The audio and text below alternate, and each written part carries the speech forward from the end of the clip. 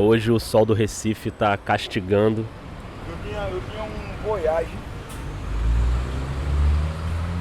São quase 2 da tarde de uma quarta-feira. Eu tô aqui na Avenida Conselheiro Aguiar, bem perto aqui do Mercado de Boa Viagem. Aqui do lado tem uma agência do Bradesco, mas em 1987 aqui era uma agência do Banco Econômico. E que pra mim tem uma questão de nostalgia aí, porque meu pai trabalhou a vida inteira no Banco Econômico, não aqui no Recife, né? Mas no Rio de Janeiro, depois foi transferido para Goiás, para o Espírito Santo, para o Amazonas. Mas aqui nessa agência do Banco Econômico de Boa Viagem, em 1987, aconteceu um assalto com reféns, que foi um dos primeiros assaltos a banco com reféns no Pernambuco. Os policiais interditaram a rua e cercaram o banco. Os 6 assaltantes foram para o primeiro andar da agência levando vários reféns. Houve troca de tiros entre os assaltantes e a polícia, que invadiu o prédio e se instalou no térreo. Então, naquele momento, essa rua onde eu estou agora estava um caos absoluto, com a polícia cercando tudo e uma multidão na rua. Teve confusão, teve correria. Em alguns momentos, o nervosismo se generalizou de tal maneira que chegou a provocar tumultos e corre-corre. E tem uma cena muito marcante dos criminosos saindo do banco com os reféns, descendo as escadinhas aqui. Só então os assaltantes e os reféns apareceram na porta do banco. Eram 6 assaltantes. Alguns cobriam o rosto, outros usavam caps da polícia para disfarçar. E todo mundo entrou num carro, um Santana Quantum, que estava parado aqui na calçada, e ali começou uma perseguição de cinema. As 10 pessoas entraram no carro que saiu em direção à rodovia PR-232, que liga o Recife ao município de Salgueiro. E por que eu estou contando tudo isso? Porque um dos reféns naquele assalto era um jornalista, um dos maiores jornalistas que esse país já teve. Aí, ó, arma engatilhada, apontando pra minha cabeça, o tempo todo ameaçando atirar. Tem que resolver esse problema, acabar com essa puta vergonha no Brasil.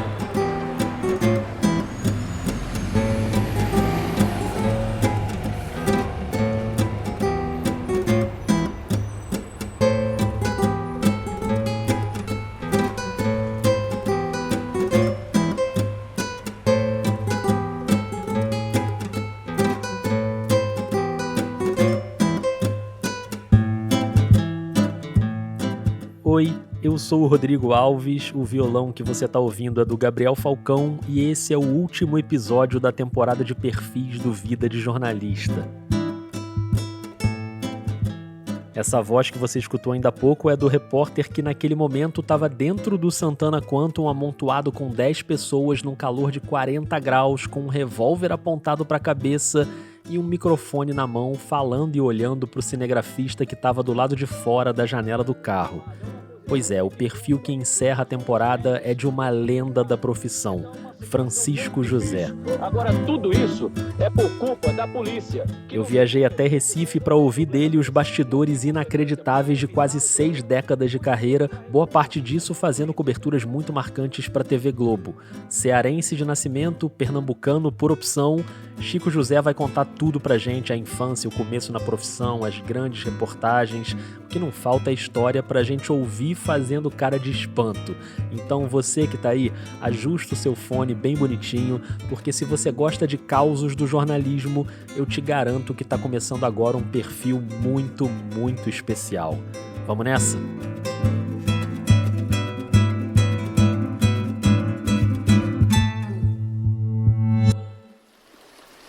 O Vida de Jornalista tem o selo da Rádio Guarda-Chuva. Jornalismo para quem gosta de ouvir. Capítulo 1. O menino, o cavalo e a luneta do coronel. A luneta do coronel? O que é que o menino e o cavalo têm a ver com a luneta do coronel? Eu nasci na área rural do município de Crato, no Ceará, a mais ou menos 6 quilômetros de distância da área urbana da cidade. Nasci em casa, não teve maternidade, aquela história de chama a parteira que vai nascer. Cresci na área rural, meu pai tinha um engenho de cana-de-açúcar, eu ia muito para os canaviais com os chamavam cambiteiros na época, porque eram aqueles que usavam as cangalhas, e na cangalha tem o cambito, que é aquele gancho onde põe a cana. E eu, desde pequeno, andava a cavalo. 2 anos de idade, eu já estava em cima de cavalo. E quando andava com 7, 8 anos de idade, eles me botavam em cima dos burros bravos para o burro me derrubar, normalmente na bagaceira do engenho, porque caía em cima da palha da cana e não tinha muito problema. Era caindo e eles me jogando em cima do burro de novo. Eu ia para a cidade só ter aula. Aos 4 anos eu ia só a cavalo, esses 6 quilômetros, eram 12 quilômetros para ir e voltar. E tenho muita recordação desse tempo. E essa é uma recordação antiga, a gente está falando do fim da década de 40. Francisco José nasceu em 1º de maio de 1944. E essa época em que ele ia para a escola a cavalo também traz recordações do pai, que tinha o mesmo nome, Francisco José de Brito, o coronel Chico de Brito, que era um homem muito importante e influente no sertão cearense, dizem que era respeitado até por Lampião. Ao mesmo tempo, muito zeloso com o filho. Eu lembro que ele era uma pessoa carinhosa demais. Como eu fui o último filho dele, ele se dedicava totalmente a mim. Quando o pequeno Chico ia para a escola, o pai pegava uma luneta e ficava de casa olhando o filho. E a casa ficava em cima de um morro, bem alto, dava para ver a cidade. E ele ficava me acompanhando com essa luneta, porque eu ia só no cavalo. E um dia atravessou uma cobra na estradinha de terra, trilha, atravessou, o cavalo pulou e eu caí. Eu era tão pequeno que eu não conseguia subir no cavalo e não tinha uma pedra perto de tudo. E o pai em casa vendo tudo lá de longe. Aí a minha mãe chegou e perguntou se está vendo ele. Ele disse que ele caiu do cavalo. E ele me contando isso é uma das coisas que eu mais lembro dele. Quando ela ficou apavorada, ele disse, não, ele está puxando o cavalo. E vem uma pessoa no sentido contrário. Aí não deu outra. O que ele imaginou aconteceu. O cara me pegou e jogou em cima do cavalo e eu continuei a viagem. Lembro bem disso. Lembro das histórias que contavam dele, que era um coronel do sertão. Nunca me interessei por aprofundar essa história de cangaço, de sertão, de tudo, não. A lembrança que eu tenho dele era o carinho que ele tinha comigo. O meu pai morreu quando eu tinha 7 anos de idade. Quando eu estava com 11, a minha mãe casou com o senhor de Pernambuco, que ela conheceu lá no Crato, e eu me transferi para o Recife. Aí, chegando aqui, eu concluí que era a cidade que eu queria viver. No Recife, ele estudou no Colégio Americano Batista, instituição de ensino muito tradicional, fundada no comecinho do século XX. Estudaram lá alguns nomes muito relevantes, como o sociólogo Gilberto Freire e o escritor, dramaturgo, poeta, artista plástico, gênio Ariano Suassuna. Chico José estudava lá, participava de concursos literários, jogava futebol na escola e aprontava de vez em quando, né? Eu lembro também de uma brincadeira que nós fazíamos. Na época tinha ônibus elétrico, aquele ônibus que vinha com o cabo ligado à linha. E às vezes parava na frente do colégio e aí corria um e tirava o gancho o ônibus ficava parado lá. E de outras brincadeiras normais, quer dizer, foi um tempo muito agradável que eu passei, foi estudando no Colégio Americano Batista. Você que está aí ouvindo, se você acompanhou os outros perfis dessa temporada, você sabe que a gente sempre tenta buscar o momento em que o jornalismo apareceu na vida da pessoa. Nesse caso, foi exatamente ali no Colégio Americano Batista. Eu ganhei 2 concursos literários e um dia o diretor, quando foi fazer a entrega dos prêmios, ele disse, você tem jeito de jornalista, você pode ser jornalista. E aquilo despertou em minha vontade de ser jornalista.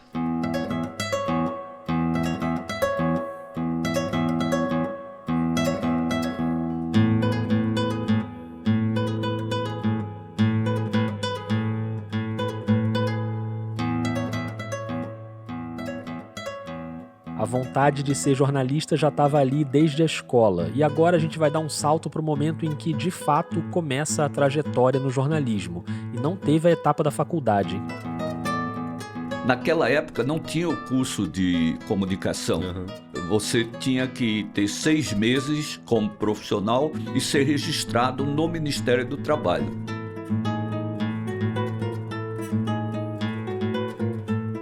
Essa primeira experiência profissional veio no Jornal do Comércio, cobrindo esportes, inclusive Copas do Mundo, só que tudo começou de um jeito bem inusitado.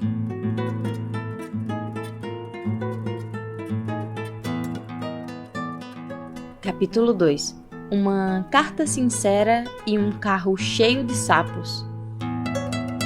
Quantos sapos será que cabem num carro? Acho que depende do carro, mas uma carta sincera? Eu era louco por futebol, torcia pelo Náutico. O Náutico hoje está uma desgraça, mas naquela época era um bom time. Ótimo time. Ali nos anos 60, o Náutico foi hexacampeão pernambucano, ganhou 6 títulos seguidos entre 1963 e 68. Houve aí o gol que sacramentou o título contra o Sport em 65. Para o Náutico, 0 para o Sport. Vai ser feita a cobrança para cara assinado. Correu para a bola, bateu. De pico, leva a jogador do mundo. Vai mal, Pedro. Saiu mal outra vez. Pedrinho, o Nino cabeceou e mandou para o fundo. Náutico fez gol. É o gol do Náutico. 27 minutos de jogo na primeira etapa. Essa narração é do Luiz Cavalcante, o seu Luiz, grande nome do rádio de Pernambuco. Depois ele virou comentarista, ficou conhecido como o comentarista da palavra balizada. Mas enfim, Chico José acompanhava muito o Náutico. Eu pegava o jornal. Esse jornal era o Diário da Noite. Era um veículo do grupo do Jornal do Comércio, mas era um vespertino, circulava à tarde e à noite, quase todo dedicado ao esporte. Eu li a estatística do campeonato. E percebi que estava toda errada a estatística, tinha muitos erros. O artilheiro do campeonato não era o que eles estavam lá indicando, o número de pontos estava errado. O Francisco José, aos 21 anos, resolveu entrar em contato com o jornal, mas a gente está falando dos anos 60, né? Muito antes das cornetadas de rede social. Aí eu escrevi uma carta num papel de caderno mesmo, e mandei para o jornal, dizendo que eles estavam enganando o leitor. E chegou na mão do Aramis Trindade, que era um advogado e, na época, o principal cronista esportivo de Pernambuco. Era o editor de esportes do jornal e tinha uma crônica na resenha esportiva do Rádio Jornal do Comércio, ao meio-dia. O Aramis Trindade, que obviamente não é o ator Aramis Trindade, que talvez você conheça aí dos filmes mais recentes, ele estava no ar naquele programa de rádio. E ele chamou, durante a resenha esportiva, que todo mundo ouvia na época, ele chamou o leitor do jornal que tinha corrigido a estatística do campeonato para ir à redação. E muitos amigos do colégio tinham visto que eu tinha escrito aquela carta. E aí, vai lá, eu disse, eu vou não, ele vai querer brigar comigo e eu não quero brigar com ninguém não. Mas aí no dia seguinte ele chamou de novo. E aí eu fui. Quando ele chegou na redação, o Aramis não só não brigou, como fez uma proposta. Ele disse, você quer ficar fazendo a estatística do campeonato? Campeonato Pernambucano de Futebol. E assim começou a carreira jornalística do Francisco José. Ele ficou responsável pela estatística do campeonato e um belo dia o repórter que cobria o Náutico faltou, teve um problema de saúde, o Aramis Trindade não pensou 2 vezes. Aí ele me chamou e disse, quer ir fazer o jogo do Náutico e Central em Caruaru? Você anota tudo, leva um gravador, grava com os jogadores depois da partida, podia entrar no vestiário naquela época, tudo, e deixa os dados aqui que um editor vem e faz a matéria, escreve a matéria. Tá certo. Só que em vez de só deixar as informações para o editor escrever, ele mesmo escreveu a matéria do jogo. No dia seguinte saiu o texto que eu tinha feito. E aí ele chamou e perguntou, disse, quem foi que fez o texto que nós usamos no jornal? Eu disse, fui eu. Aí ele disse, então você vai ficar fazendo. Com 6 meses... eu já estava no lugar do Aramis Trindade. O Aramis também trabalhava como advogado e acabava perdendo dinheiro por ter que passar as tardes inteiras ali no jornal. Ele queria ficar só na rádio e colocar um substituto no jornal. Quem eu indico para ficar? Ele disse, indica o Chico. O Chico é barata de jornal, fica aqui o tempo todo, eu não tinha o que fazer. Ficava lá e eles me indicaram.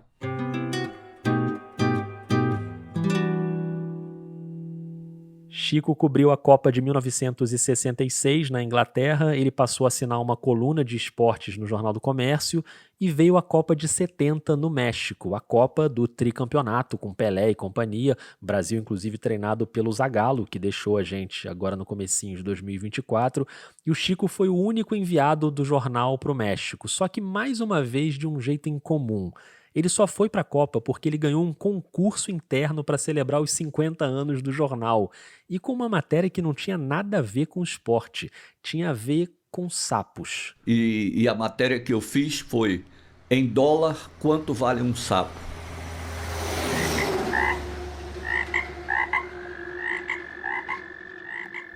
Essa pauta surgiu quando ele estava voltando da cobertura de um jogo do Náutico contra o 13 de Campina Grande, na Paraíba.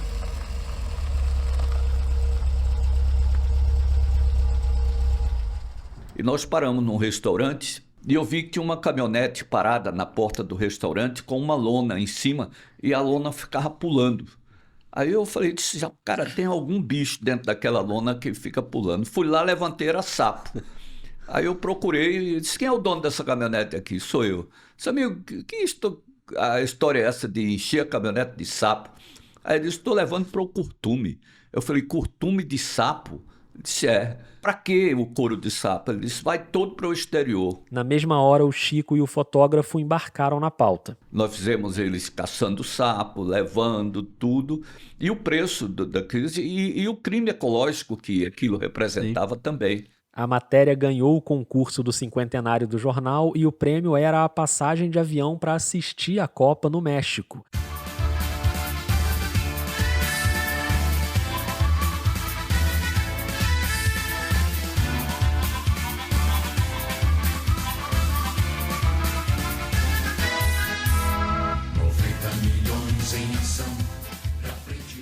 Chico juntou uma coisa com a outra e aproveitou para ser o enviado especial do jornal.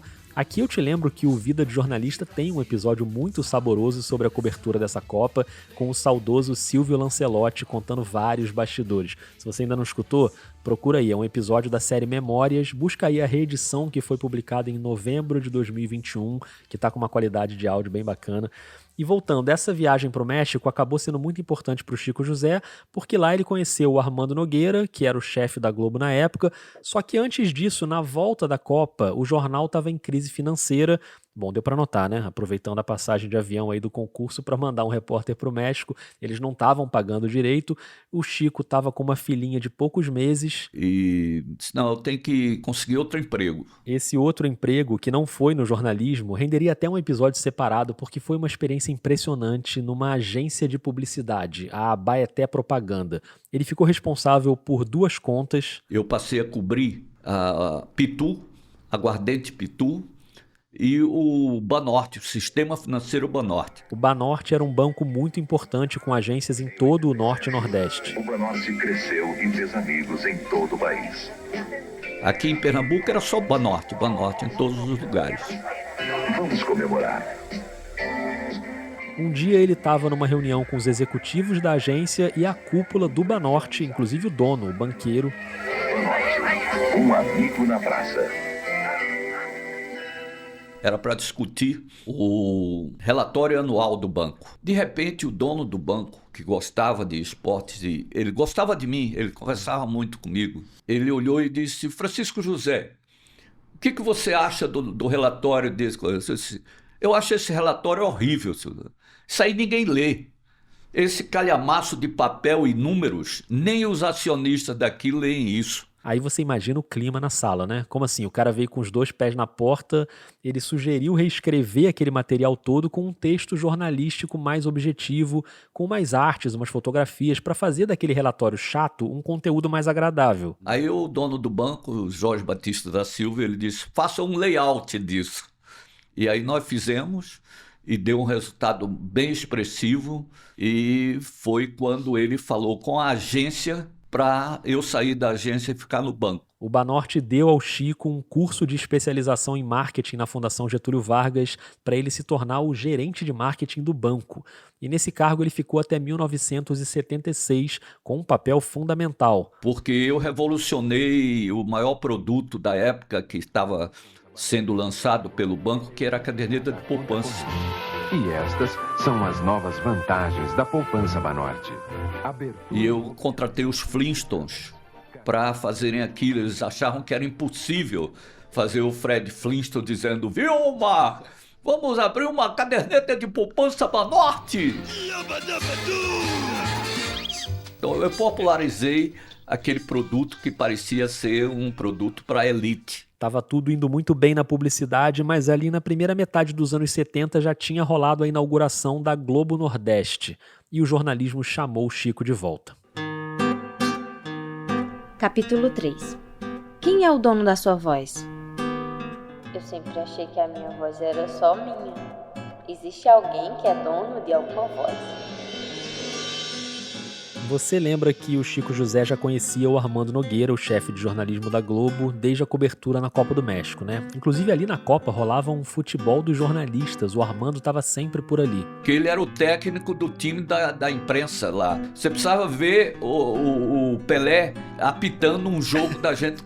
Ele deu um pênalti, que não existia o pênalti. Zagallo quase bateu nele, a rivalidade era grande. Aquele futebol da imprensa com direito a Pelé no papel de árbitro ajudou na aproximação com Armando Nogueira. Quando veio a Globo para aqui, o Armando mandou me contratar. Eu fui o primeiro apresentador do Globo Esporte na Rede Globo Nordeste. Era metade do salário que eu ganhava como gerente do Sistema Financeiro Banorte. E eu não tive dúvida em aceitar. Eu era jornalista, não me sentia gerente de marketing nem bancário. Ele entrou na Globo nas funções de apresentador do Globo Esporte e repórter esportivo, mas é aquela coisa que a gente já falou aqui no Vida várias vezes. Jornalista é jornalista, não importa o assunto. Ouve só essa história. A redação ficava em Olinda, em cima de um morro. De lá ver toda a cidade do Recife. Quando nós estávamos descendo o morro para ir fazer o treino do Náutico, eu vi uma fumaça imensa entrando nas nuvens no centro do Recife. Aí eu falei, esquece esse treino e vamos para o centro do Recife, que aquilo ali é um incêndio grande. Era um incêndio num posto de combustível que queimou vários carros, queimou prédios, foi bem grave. E eu fiz a matéria completamente diferente de tudo que a Globo proibia.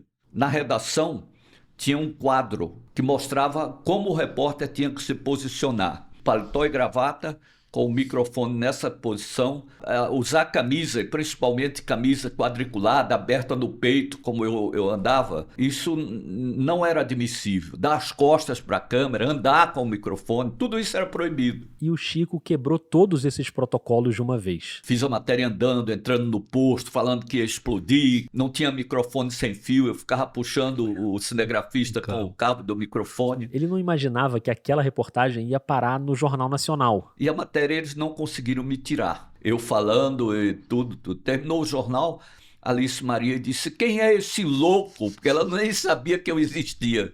E ela era a segunda do jornalismo da Globo. Era Armando Nogueira e Alice Maria. Ela era a diretora executiva. Devo muito a eles dois. Foram meus mestres. Eu não tive uma faculdade para fazer o curso de comunicação, mas tive esses dois mestres, como eu já tinha tido o Aramis Trindade, o Ronildo Maia Leite. A Alice Maria gostou da matéria sobre o incêndio, mas aquele repórter estava muito fora dos padrões. Aí ela disse, manda ele para o Rio para cortar esse cabelo dele, mudar essa voz horrível dele, esse sotaque. Aqui a gente chega num ponto importante, o sotaque. A gente está falando de 1976. A Globo colocou o Chico para consultar uma fonoaudióloga, o que aliás era uma praxe e até hoje é na emissora, né? Não tem necessariamente a ver com o sotaque. Eu mesmo com esse sotaque carioca aqui, eu fiz bastante fono quando eu trabalhei na Globo, me ajudou muito, é ótimo. Imagina o Chico que caiu na mão da rainha das fonos. Eu fui para Glorinha Beltimiller, que era uma sumidade na época. Ela foi, eu acho que a maior fonoaudióloga que a Globo já teve. Ela formou o Cid Moreira. O Jornal Nacional continua entrando no ar todas as noites, com o testemunho de milhões de brasileiros. Boa noite. Os repórteres da época, Bial, Caco, todos tiveram treinamento com a Glorinha. Ela me deu um ritmo de narração, mas ela não conseguiu mudar o meu sotaque. Eu lembro bem de um exercício que ela mandava eu repetir, diga, Olinda. Eu falava Olinda. Olinda situação para se criar uma vila. Com essa frase de Duarte Coelho, nasceu o primeiro povoado, há 481 anos, que depois se tornou a cidade de Olinda, patrimônio da humanidade. Logo depois vem a Copa de 78 na Argentina, com a Argentina campeã, e o Chico cobriu justamente a seleção da casa. Eu fui campeão do mundo pela Argentina. Fiz a matéria da final e tudo. Lá, o Armando passou a implicar comigo. Desde que chegou a Rosário, todos os treinos da Polônia foram secretos. A imprensa não teve oportunidade nem de fotografar. Hoje foi aberta uma concessão. 10 minutos, apenas para os fotógrafos e cinegrafistas. Nenhuma entrevista, a não ser uma exclusiva do técnico Moche à TV Globo. Rosário, Copa 78. E aí ele mandou o Ciro José dizer para mim que eu ou falava direito ou ele me mandava embora. Caramba. Aí eu respondi que tinha um voo às 11 horas. Se eles quisessem, eu ia fazer o treino da Argentina. Senão, eu ia para o aeroporto.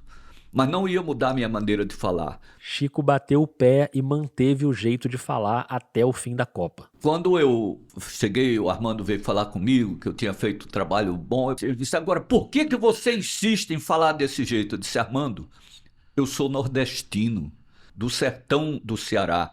Nasci no pé da Serra do Araripe. Vivo no Nordeste, não vou sair nunca do Nordeste. Como é que você quer que eu venha fazer uma Copa do Mundo e volte falando com sotaque carioca? Você quer um jornal nacional ou um jornal Rio e São Paulo? E aí ele concordou e passou a liberar outros repórteres. Hoje não existe mais isso, mas quando eu entrei, havia um rigor muito grande. Não sei você que está aí escutando, mas eu acho que esse é um dos depoimentos mais importantes que eu já ouvi aqui nesses 5 anos e meio de vida de jornalista. E especificamente nessa temporada de perfis em que os jornalistas da região Nordeste são maioria nos episódios, Fabiana Moraes, Inês Aparecida, o Flávio VM Costa, Alana Rocha, Alice de Souza, e agora fechar a temporada com o Francisco José falando sobre essa questão do sotaque, então para mim é muito especial. E por falar em coisas especiais, agora que a gente já conheceu a infância do Chico, a entrada dele no jornalismo, a chegada dele na Globo, a partir de agora a gente vai mergulhar de cabeça no DNA desse podcast, os bastidores de reportagens e coberturas. Então se ajeita aí e vem comigo que o negócio vai ficar agitado de verdade. Capítulo 4. A guerra dentro de um guarda-roupa. Isso parece um pouco Nárnia e um pouco Hobbit. Nem sei se é possível uma guerra dentro de um guarda-roupa, mas vai que o cinto tá aí brigando com a calça.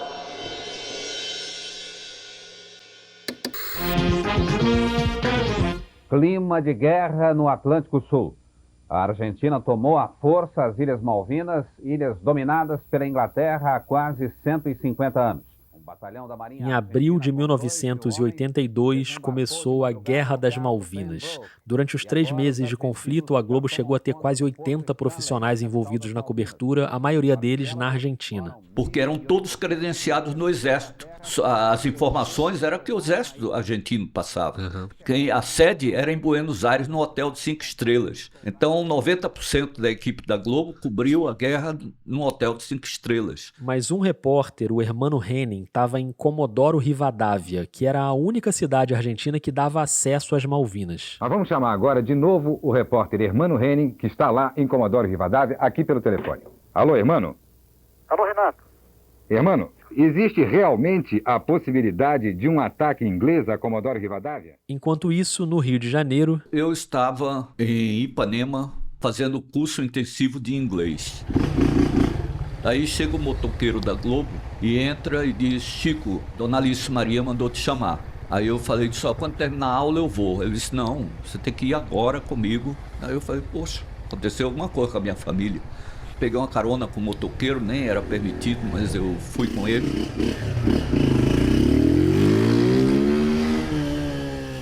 E ela disse, você vai amanhã para Comodoro Rivadavia Aí eu falei, mas o Hermano não está lá? Ele disse, não, ele acabou de ser expulso. Pois é, o Hermano e todos os outros jornalistas tinham sido expulsos de Comodoro Rivadavia e a Globo mandou o Chico para lá às pressas numa tentativa de infiltrar alguém na cidade para cobrir a guerra mais de perto.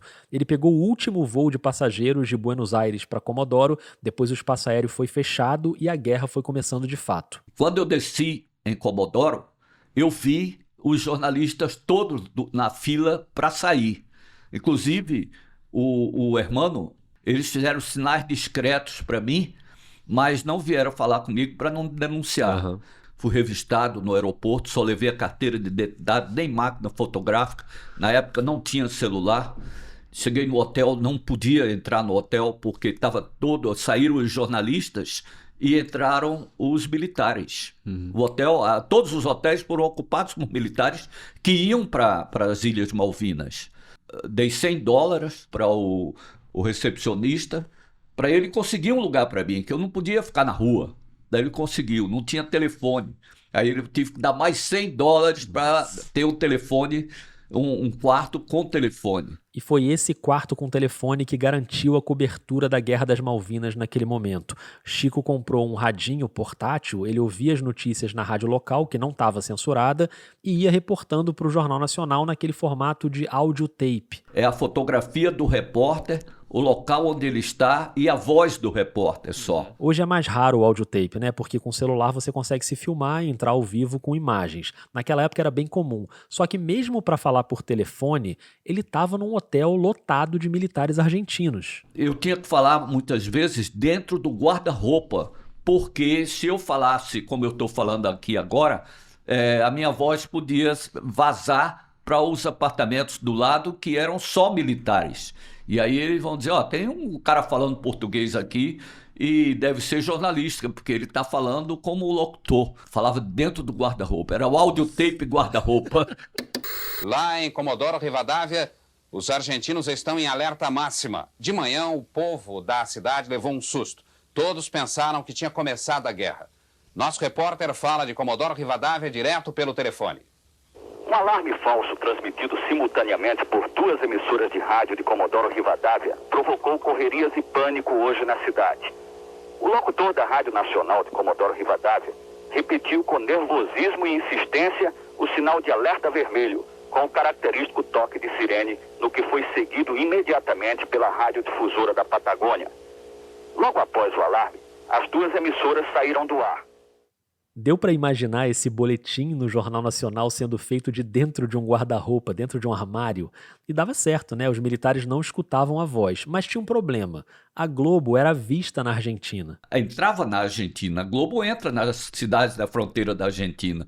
Eles viram pelo audiotape. Então o exército percebeu, disse, tem um jornalista falando na Globo aí em Comodoro Rivadavia. Ou seja, quando tinha que apurar alguma coisa, o Chico não podia simplesmente sair andando pela porta da frente do hotel, porque tinha militar para todo lado.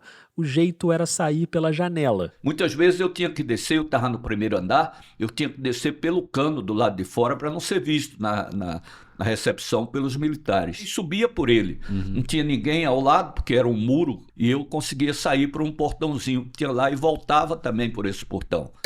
Surpresa esta manhã no Atlântico Sul. A guerra, anunciada durante 3 semanas, começou. A esquadra inglesa deu o primeiro tiro e retomou o arquipélago da Geórgia do Sul, ocupado pela Argentina no dia 3 de abril. O ministro da Defesa... O primeiro combate que houve, eles abriram um corredor para que os feridos viessem para Comodoro Rivadavia. E aí eu ouvia no rádio chamando as pessoas para doarem sangue. Aí eu não tive dúvida, foi doar sangue. Doei sangue, depois entrei onde estavam os feridos e fui fazendo pergunta aos feridos. E eles respondiam. Até que um oficial me viu e foi lá e me prendeu. Aí disse, era você que nós estávamos procurando aqui. Onde você está? Aí eu disse, estava no hotel, eles foram comigo, jogaram minhas coisas tudo no chão, tudo, e me levaram para um quartel. Eu nasci no dia 1º de maio, eu passei o dia 1º de maio do ano da guerra vendo o sol nascer quadrado, sozinho ali, um frio terrível. Me levaram num camburão até Trelew, de Trelew num avião militar, e convidaram para deixar a Argentina. E eu fui embora.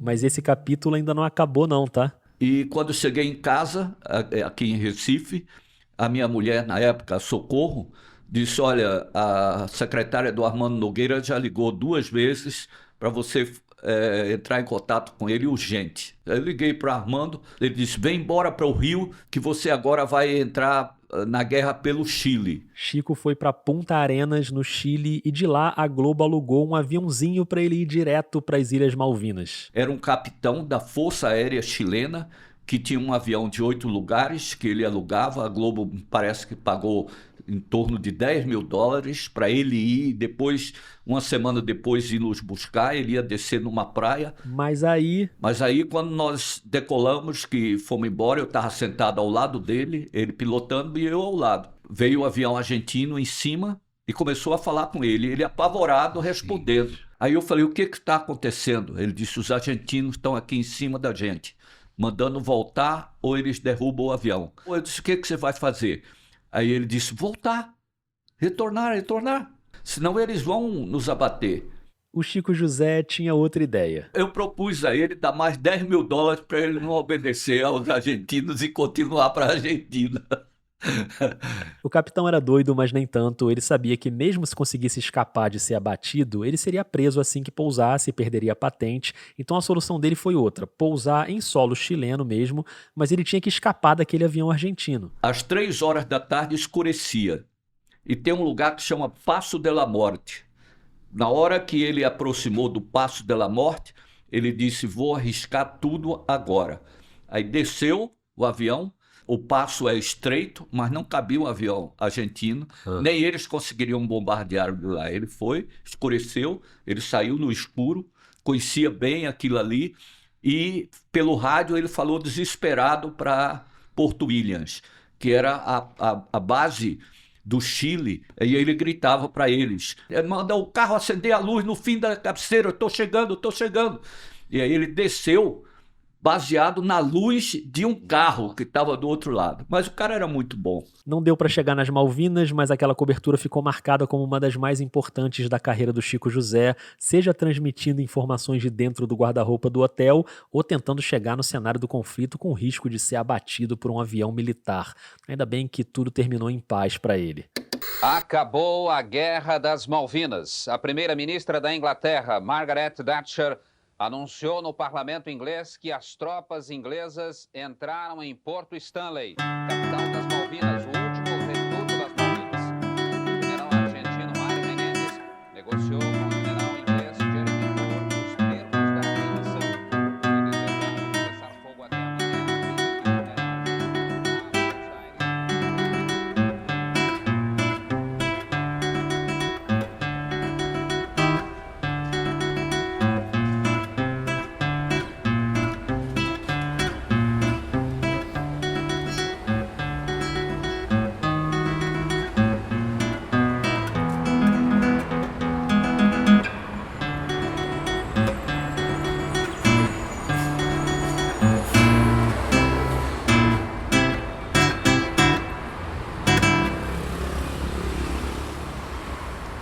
Capítulo 5. Um microfone na mão e um revólver na cabeça. É impossível não pensar que essa história aconteceu com um jornalista.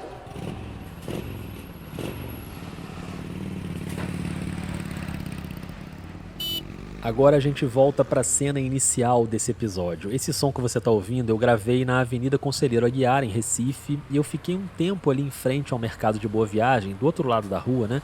Tentando imaginar a cena de cinema que aconteceu ali em 25 de setembro de 1987, uma sexta-feira. Ali ficava uma agência do Banco Econômico e antes da agência abrir às 9 da manhã, 6 homens chegaram por ali, um deles vestindo um uniforme de policial militar, bateu no vidro do banco. O vigilante veio, abriu a porta e aquele homem não era policial, coisa nenhuma. Ele rendeu o vigilante, os outros 5 entraram, renderam todo mundo no térreo.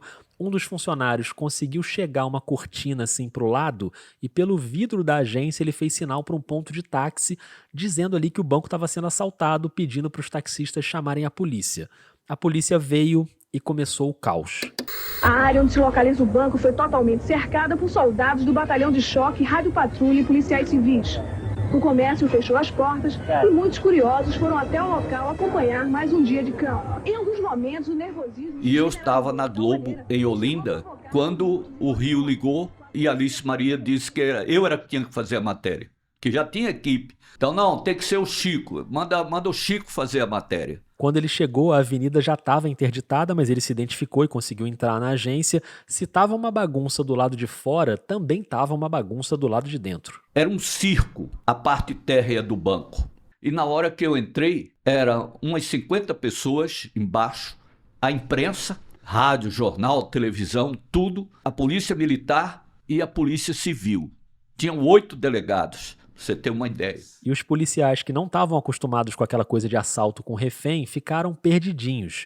Os bandidos subiram a escada para o primeiro andar, levando 4 reféns, a polícia ficou no térreo e um dos delegados assumiu a negociação. Se é que dava para chamar aquilo de negociação, né? Ele ficava gritando de baixo e os bandidos gritando de cima. Só que os bandidos só falavam palavrão. Aí daí a pouco eu ouvi, e todos ouviram, eles gritando: a gente só fala se for com o repórter Francisco José. Aí o delegado dizia: ele não tá aqui não. Aí ele dizia: tá, que a gente viu ele entrar aí agora. Eles lá do primeiro andar tinha um que ficava vendo a rua.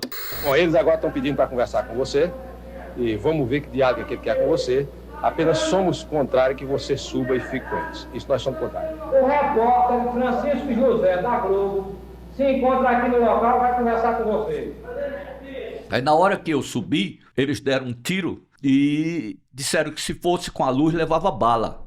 Aí eu coloquei o microfone na escada e subi só. Aí o quadro era dantesco. Tinha um revólver dentro da boca da gerente, a Patrícia. Tinha outro no pescoço, todos armados, e os 2 que sobravam apontando para mim. E eles gritavam: tá armado, cara, tá armado? Eu disse: armado por quê? Eu não sou bandido, nem sou policial, porque é que eu tenho que estar armado? Tira o revólver da boca da moça. Aí eles foram me obedecendo aos poucos. Uma das reféns estava grávida e começou ali uma tentativa de negociar. Os assaltantes pediram o delegado para ficar de refém no lugar da mulher, além de um carro e a garantia de que não haveria perseguição. Aí eu falei: um carro para 10 pessoas, porque eram 4 reféns e 6 bandidos. Ele disse: é um carro para 10 pessoas mesmo, cara, porque se morrer, morre tudo. Arranja um carro grande para levar a gente. Chico desceu, falou com o delegado, mas o delegado não topou ficar de refém, alegando que os caras iam matar ele, e depois eles confirmaram que a intenção era matar mesmo. Eles detestavam aquele delegado. Quando o Chico subiu a escada de novo e falou que o delegado não ia, os bandidos ameaçaram matar a mulher grávida. Aí eu disse: eu fico no lugar dela, cara. Ele disse: tu fica? Tu é o primeiro que a gente vai matar. Eu disse: vocês não vão matar ninguém, e para de gritar. Enquanto eu estiver dentro do carro, eu vou ser a tábua de salvação de vocês. Então para de gritar, fala direito comigo como eu estou falando com você. Só então os assaltantes e os reféns apareceram na porta do banco. Eram 6 assaltantes. Alguns cobriam o rosto. Outros usavam caps da polícia para disfarçar. O repórter Francisco José pedia calma. As 10 pessoas entraram no carro que saiu em direção à rodovia PR-232, que liga o Recife ao município de Salgueiro. A polícia prometeu que não haveria perseguição, mas... A perseguição da polícia começou logo que o carro dos assaltantes saiu do banco. O trânsito ficou confuso. Os policiais acompanhavam com armas do lado de fora da janela dos carros. Você que está escutando, você tem ideia do que foi essa cena? Um carro Santana Quantum com 10 pessoas dentro e a polícia indo atrás no meio do trânsito. Quando chegou perto da cidade de Gravatar, que fica a mais de 70 quilômetros de Recife, os policiais atiraram nos pneus do Santana. Aí eu gritei para eles: entra à esquerda aí e põe no meio do pátio, que aí é um hotel. Nesse hotel começou uma nova negociação, com a Globo ali transmitindo tudo. O repórter Marcílio Brandão e o cinegrafista Eduardo Ricken ouviram um dos assaltantes e um relato do repórter Francisco José. O jeito que tem vai ser a gente morrer tudo aqui, cara. Olha, é bom esclarecer que tudo isso está acontecendo pela perseguição que houve do pessoal da Delegacia de Roubos e Furtos. Se não fosse isso, eles já teriam soltado os reféns. Agora, o pior que tem aqui não é só a pressão dos revólveres no ouvido, é a posição.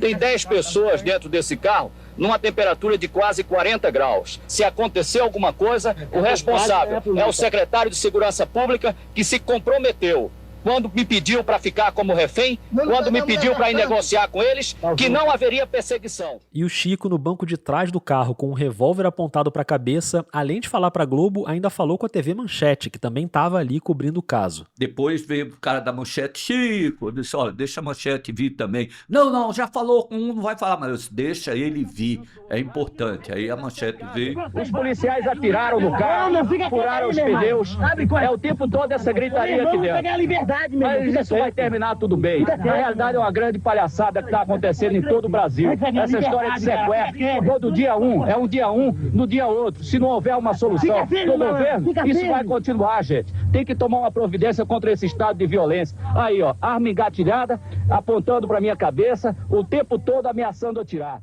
Mesmo assim, o Chico manteve a calma e continuou nesse papel de conversar com a quadrilha. Se vocês vão se entregar, ou vou tentar continuar? Ele disse, entregar nada, cara.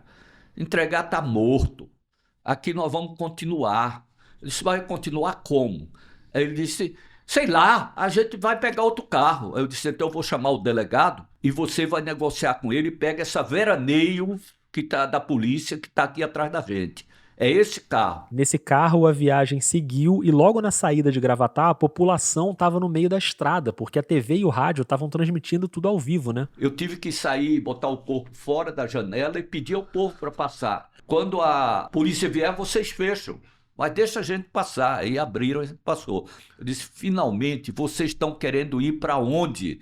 Aí ele disse, a gente quer ir para Salvador, cara. E no fim das contas, essa aventura toda foi uma viagem de 17 horas até a Bahia, passando por Alagoas, com o Chico José orientando os caras pelo caminho, porque eles queriam ir pela estrada errada. E é impressionante como ele manteve o raciocínio e até a estratégia, né, para evitar um novo confronto com a polícia. Ouve só essa parte. Quando estava aproximando do Rio São Francisco, nós ultrapassamos um caminhão carregado de cana e mais na frente tinha uma rampa na margem da estrada. Eu falei, sobe essa rampa na margem da estrada, fica em cima parado. Aí eles, o que está acontecendo? Era meia-noite. Está acontecendo o seguinte, aí na frente está o Rio São Francisco, uma ponte com quase 1 quilômetro de extensão, aonde a polícia vai nos pegar. Se eles querem realmente pegar, é só deixar entrar na ponte e fechar a parte de lá da ponte. E como é que a gente vai saber? Eu disse, deixa aquele caminhão passar, vamos ficar vendo a luz do caminhão. Se a luz do caminhão não parar, for embora, é porque não tem ninguém, porque eles estão revistando tudo. Aí a gente ficou em silêncio, aquele silêncio, ninguém falava nada. Aí passou e a gente seguiu. Quando já estava perto de Salvador, eles quiseram liberar os reféns numa estradinha de terra meio isolada. Sério, vocês vão descer aqui? Eu disse, de jeito nenhum. Nós não vamos descer aqui.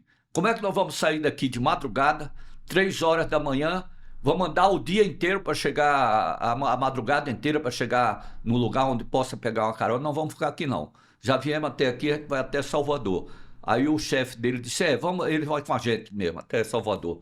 É bom porque se chegar lá e tiver polícia, ele ainda está aqui com a gente. A gente bata ele.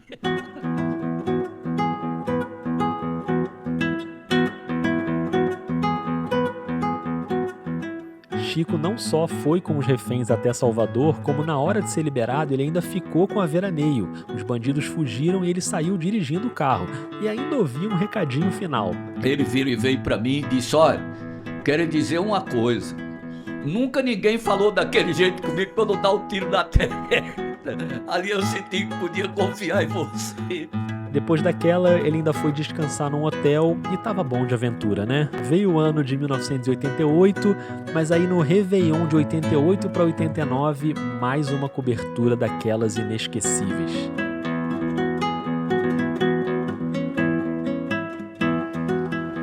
Capítulo 6. No fundo do mar. Jornalismo em águas turvas.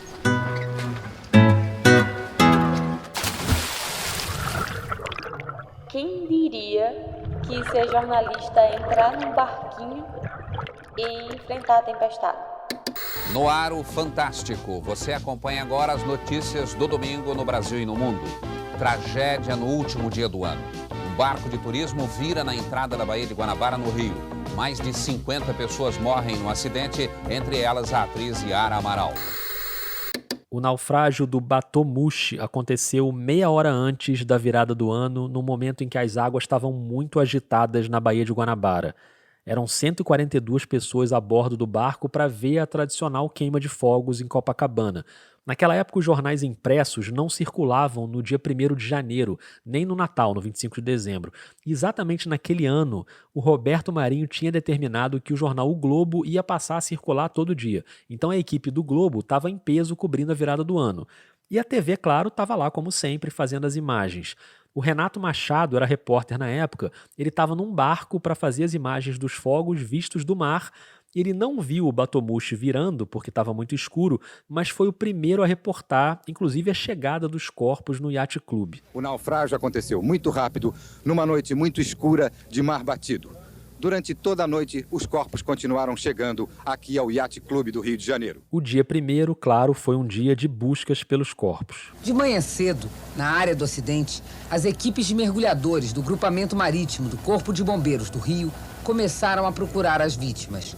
Este foi o exato local onde o Batomushi 4 naufragou. Do alto dava para ver cadeiras, pedaços de madeira e uma mancha de óleo do barco que vazou no naufrágio. Segundo os bombeiros, o trabalho é difícil.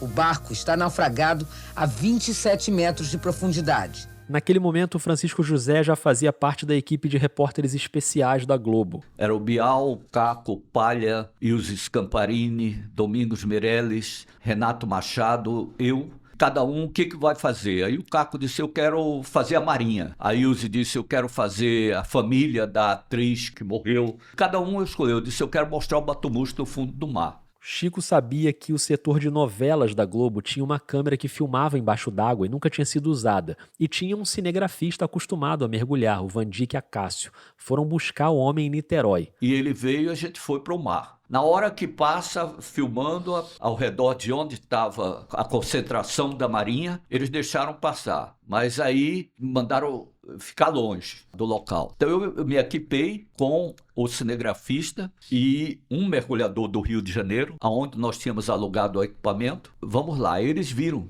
que a gente estava equipado. Aí veio o barco da Marinha, chegou e disse... Área de mergulho interditada, ninguém desce aqui para fazer mergulho, coisa nenhuma. Está proibido, tira o barco daqui.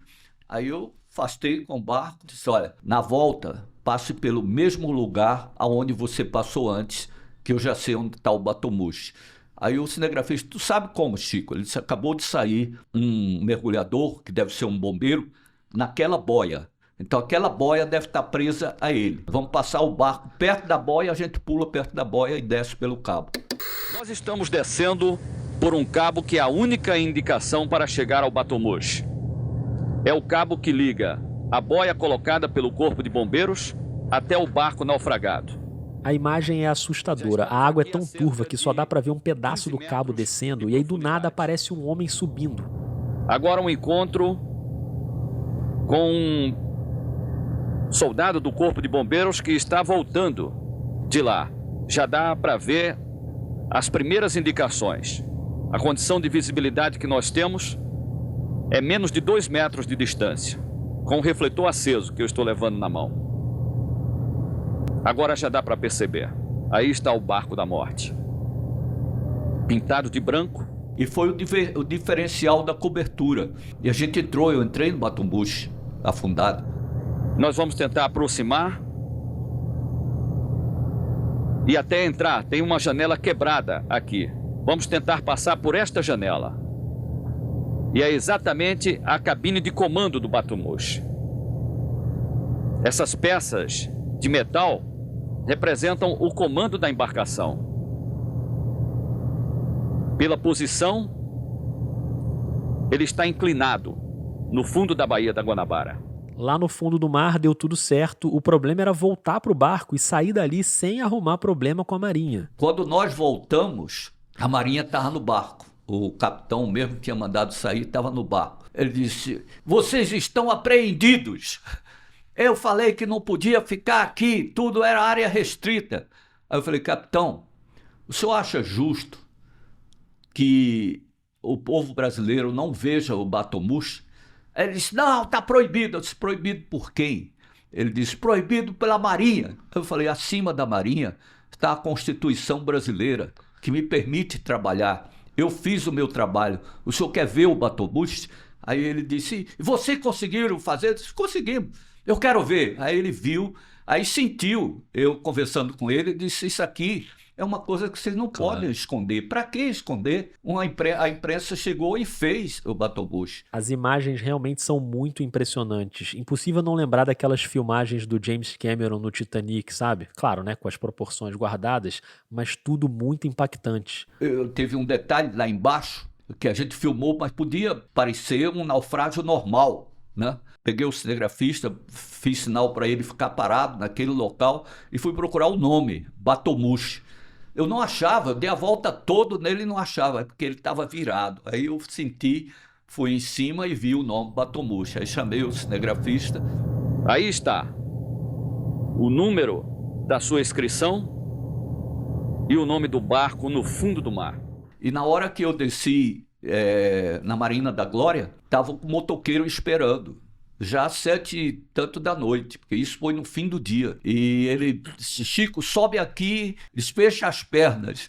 Quando entrou no túnel Rebouças, eu senti porque que ele tinha mandado fechar as pernas. Era passando entre um carro e outro numa velocidade incrível.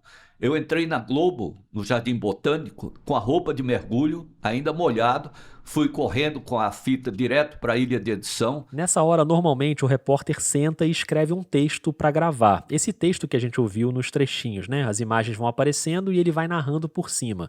A diferença é que dessa vez não foi um texto escrito. Aí ele ficou parado, eu disse, pode ligar. Ele disse, mas você não vai fazer o texto? Eu disse, não, eu vou contar o que eu vi lá embaixo. Como eu estou falando com vocês aqui, contando a história. Aí contei pela ordem, depois ele disse, eu nunca vi ninguém fazer um áudio para o Jornal Nacional sem ler um papel.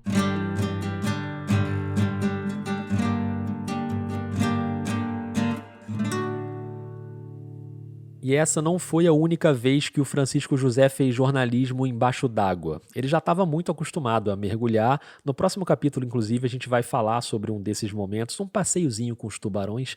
Mas em 1992, ele fez uma entrada no Jornal Nacional do fundo do mar ao vivo. Ia rolar a Eco 92, a Rio 92, né? A conferência muito famosa do meio ambiente que aconteceu no Rio de Janeiro. E naquela semana, alguns mergulhadores iam fazer uma operação para limpar um navio naufragado nas Ilhas Cagarras, um arquipélago que fica perto da praia de Ipanema. E aí eu entrei em contato com a operadora de mergulho, falei com o que estava comandando essa expedição e disse, que horas vocês vão fazer isso? Ele disse, nós vamos fazer no fim da tarde tudo. Eu disse, olha, por que vocês não fazem à noite, na hora do Jornal Nacional, que aí a gente entra ao vivo? Os caras obviamente toparam e aí a Globo que lute, porque foi preciso montar uma estação repetidora, só que em vez de um caminhão era dentro de uma traineira. E como o barco se mexia, né, com as ondas, tinha que ficar um cara apontando o tempo todo o sinal na direção certinha da torre de transmissão. No ensaio técnico deu tudo certo. E deu certo também, porque o apresentador do Jornal Nacional na Rio 92 era o Carlos Nascimento, e ele estava no mesmo hotel que eu. E nós tomamos café juntos. Aí eu disse, olha, vai dar certo a história. Eu fui lá hoje no local, ensaiamos, deu tudo certo. Agora, o que é que você vai me perguntar? Aí a gente combinou e ele me disse as 3 perguntas que ia fazer para mim. Se ele não tivesse dito, eu não teria entendido, porque na hora que eu pulei no mar para ir para o fundo de noite, arrancou o receptorzinho do lado direito do meu ouvido. Então eu ficava ouvindo só pelo esquerdo. E não era um som audível, não era uma coisa legal. A salvação foi aquele combinado no café da manhã, porque mesmo sem escutar, o Chico José já sabia lá no fundo do mar o que o Carlos Nascimento ia perguntar. Tela dividida, Nascimento de um lado em terra firme, Chico do outro no fundo do mar, com equipamento de mergulho ao lado do navio naufragado. Boa noite, Chico. Onde é que você está exatamente agora? Foi um desafio para a engenharia. Nascimento, nós estamos perto das Ilhas Maricás. Fica na costa do Rio de Janeiro. É um grupo de alunos de uma escola de mergulho do Rio de Janeiro. O batismo, um teste do curso de mergulho, mergulhando à noite, fazendo essa incursão no navio naufragado. Estamos a 15 metros de profundidade. E a temperatura da água aqui está em torno dos 18 graus. sem dúvida, uma hora meio estranha para você estar mergulhando. O que é que você e esse grupo de mergulhadores fazem aí no fundo do mar? Na realidade, o que esse grupo de mergulhadores quer mesmo é chamar a atenção, é conscientizar cada vez mais a população para não jogar lixo no mar. Mas eles estão também numa missão ecológica, limpando o navio Santarém, que afundou há 60 anos. Francisco José, ao vivo do fundo do mar. O Fundo do Mar é um espaço onde Chico José já se sente em casa. Foram várias reportagens mergulhando, mostrando a vida marinha. Ele fez muitas reportagens sobre natureza, sobre cultura, coisas muito diferentes dessas coberturas tensas, como o naufrágio do Batomushi, o assalto com reféns, a guerra. Durante muito tempo ele fez inclusive um programa marcante na Globo Nordeste com a mulher dele, a Beatriz Castro, que foi o Nordeste Viver e Preservar. Tem vários desses programas disponíveis na internet para assistir, depois procura aí. Então, esse contato com a natureza acabou sendo uma marca da carreira dele, e não só dentro d'água. Eu dei a ideia ao Globo Repórter de ir em busca dos grandes animais do planeta. Aí já viu, Teve gorila, teve rinoceronte, mas para encerrar esse episódio, eu pedi pro Chico contar a história de quando ele foi em busca de um super predador que, sempre que eu vejo, me dá a impressão de que é um bicho pré-histórico meio perdido aqui nos dias de hoje.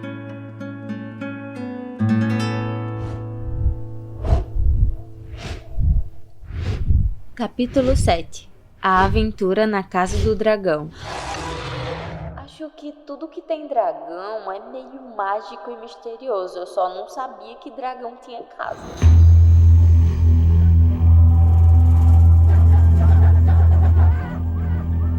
O dragão existe e é assassino.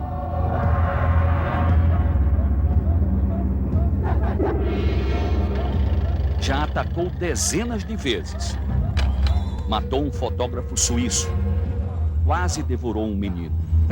E está solto, sempre preparado para o bote. Em 1999, Chico José e o repórter cinematográfico Paulo Zero viajaram para a Indonésia para explorar a ilha onde vivem os dragões de Komodo.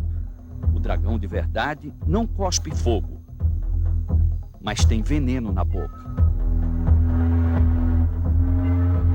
E uma língua de serpente. Nós fomos atrás desse monstro. O dragão vive na Indonésia, num lugar chamado Komodo. É uma ilha isolada. Pouca gente tem coragem de morar lá. Para você que ainda não ligou o nome à pessoa, o dragão de Komodo é um lagarto gigante que pode chegar a 3 metros de comprimento, 40 centímetros de altura, quase 200 quilos. Eles têm uma mordida venenosa e se alimentam de aves, de mamíferos. E não é mamíferozinho não, tá? É tipo um cervo, um porco, e eles engolem o bicho inteiro. E é o animal mais perigoso que eu já tive a oportunidade de ver. Ele ataca, ele vem para cima. Quando você entra nessa ilha, você recebe uma vara com uma forquilha na ponta para se defender. Ah, então tranquilo. Se eu tô com a varinha, pode vir um dragão gigante venenoso capaz de me engolir inteiro. Agora eu fiquei calmo. Quem não viveu para contar a história foi um fotógrafo suíço que se aventurou a andar sozinho pela floresta. Ele queria fotografar os dragões e acampou num dos lugares mais altos da ilha, dentro do Parque Nacional de Komodo. Nós vamos seguir a trilha que ele deixou. Ah, parece uma ótima ideia. Para entrar na mata, tivemos que assinar um documento nos responsabilizando pelas nossas vidas. A direção do parque não garante a segurança de ninguém que entra aqui. Aconteceu também comigo quando nós fomos mergulhar com os tubarões tigres nas Bahamas, tem que assinar também. Só um parêntese rápido aqui nos dragões para mostrar o áudio da reportagem do Chico José cercado de tubarões tigres enormes e os bichos vindo para cima porque eles estavam com umas iscas na mão e eles usando a câmera para se defender e afastar os tubarões. Por mais de 3 horas, em 2 mergulhos por dia, nós estivemos em contato direto com dezenas de tubarões de 5 espécies. Mas a nossa maior preocupação é com os tigres, que são considerados mais agressivos. Até mesmo quando tivemos que nos defender com as câmeras, sentimos que eles queriam mesmo era o peixe. Queriam pegar as iscas que foram usadas para atraí-los. Numa demonstração. Você que está aí ouvindo, você tem noção disso? Você está prestando atenção no episódio? Você já entendeu quem é Francisco José? O homem se hospedou no hotel dos militares na Guerra das Malvinas, queria que o piloto do aviãozinho não obedecesse a ordem da Força Aérea Argentina, mesmo com risco de ser abatido, gritou várias vezes na cara do sequestrador que estava com um revólver na cabeça dele, ignorou o capitão da Marinha e mergulhou na marra para encontrar um barco naufragado, foi encontrar dezenas de tubarões nas Bahamas, e agora voltando tá ele ali na Indonésia com uma varetinha na mão, andando numa ilha onde vivem 2.000 dragões de Komodo. Tá bom pra você, não? Nós ficamos praticamente uma semana, né, nessa ilha, na ilha do Komodo, na Indonésia. No Globoplay dá pra achar um trecho de 13 minutos desse Globo Repórter. O título é Por causa do dragão, poucas pessoas têm coragem de morar em Komodo. Só de assistir aqui eu já fiquei nervoso. E aí eles ficam lá seguindo a trilha, encontrando as pegadas, e tem uma hora que o bicho aparece no meio do mato. Esse é um dos grandes. Olha só como ele agora está desconfiado com a gente. Segundo o nosso guia... Primeiro dia que nós fomos foi uma frustração. Eles não vinham para cima da gente logo para filmar, eles estavam lá dentro do capim, do mato, tudo. E o guia que nós contratamos de lá, ele disse, amanhã vamos trazer peixe seco num plástico amarrado por uma corda, um cordão grande. E aí a gente levou o peixe seco, ele sente o faro e vem para cima. O que me parece mais uma ótima ideia. Chegaram a derrubar o tripé. O Paulo tirou a câmera, na hora que ele vinha, tirou a câmera de cima do tripé, ele queria pegar a perna a minha ou a do Paulo. Essa cena é muito assustadora. Do nada, o bicho gigante sai de dentro do mato e avança. De repente, outro dragão vem correndo para cima da gente. A câmera quase cai na correria. O dragão é veloz, parece faminto e furioso. Sai daí. Para ver quem ele vai atacar primeiro. Os dois bichos estão nos cercando. Eles são imprevisíveis, ágeis e vorazes. Usamos um pau com forquilha na ponta para afastar os animais. Olha aí, viu? Graças à varinha com a forquilha, o Chico José tá aqui no episódio Vivinho da Silva contando todas essas histórias pra gente.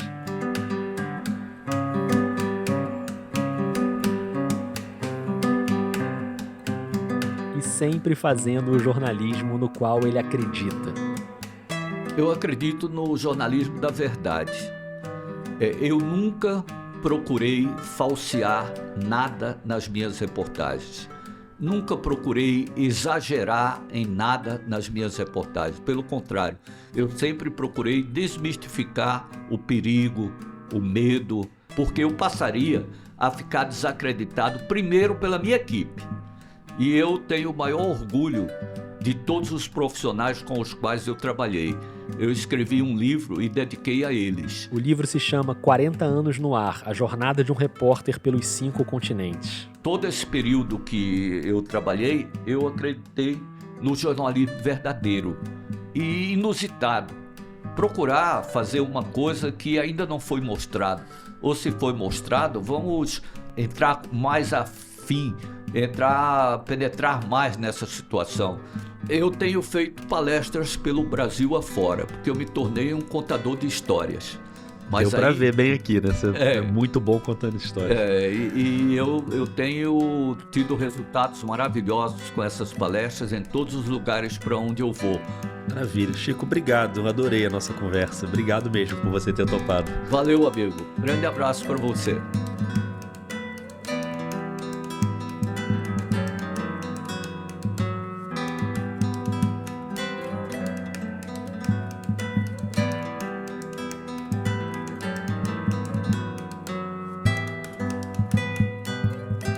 Eu sou o Rodrigo Alves e esse foi o episódio final da temporada de perfis do Vida de Jornalista. Todos os episódios tiveram trilha sonora original composta no violão pelo Gabriel Falcão, a quem eu agradeço muito pela parceria de sempre. Nesse episódio especificamente, quem fez a introdução dos capítulos pra gente foi a querida Pamela Queiroz, jornalista do Crato, no Cariri Cearense, mesma cidade onde nasceu o Chico José. Pamela é uma das vencedoras do último edital do Instituto Serra Pilheira, então a gente fica aqui no aguardo para o lançamento do podcast dela nesse primeiro semestre de 2024, é o Catingueira, sobre a tradição da medicina popular com as plantas da caatinga. Obrigado, Pamela, já estou ansioso para te escutar. E você, espero que você tenha gostado da temporada. Se ainda não ouviu todos os episódios, aproveita e vai lá ouvir. Essa temporada de Perfis só foi possível por causa do apoio financeiro dos ouvintes, inclusive para essa viagem a Recife. Então agradeço muito às apoiadoras e aos apoiadores. Se você gosta do Vida e quer que esse projeto continue, considera aí esse apoio mensal. É só buscar na Orelo, no Catarse ou direto no Pix. A chave é o e-mail podcastvidadejornalista@gmail.com. Agora que o Vida vai dar uma pausa, aproveita também para explorar os podcasts da Rádio Guarda-Chuva, o primeiro grupo de podcasts jornalísticos no Brasil. Tem muita coisa boa lá para você escutar. Não sei ainda como vai ser e quando vai ser a próxima temporada do Vida, próxima série, não sei como é que vai ser. Então segue o Vida nas redes, porque eu vou anunciando as novidades por lá, combinado? É só buscar por Vida de Jornalista que você encontra. Muito, muito, muito obrigado por mais essa jornada. Um ótimo 2024 para você. Um beijo, um abraço e até qualquer dia desses. Valeu!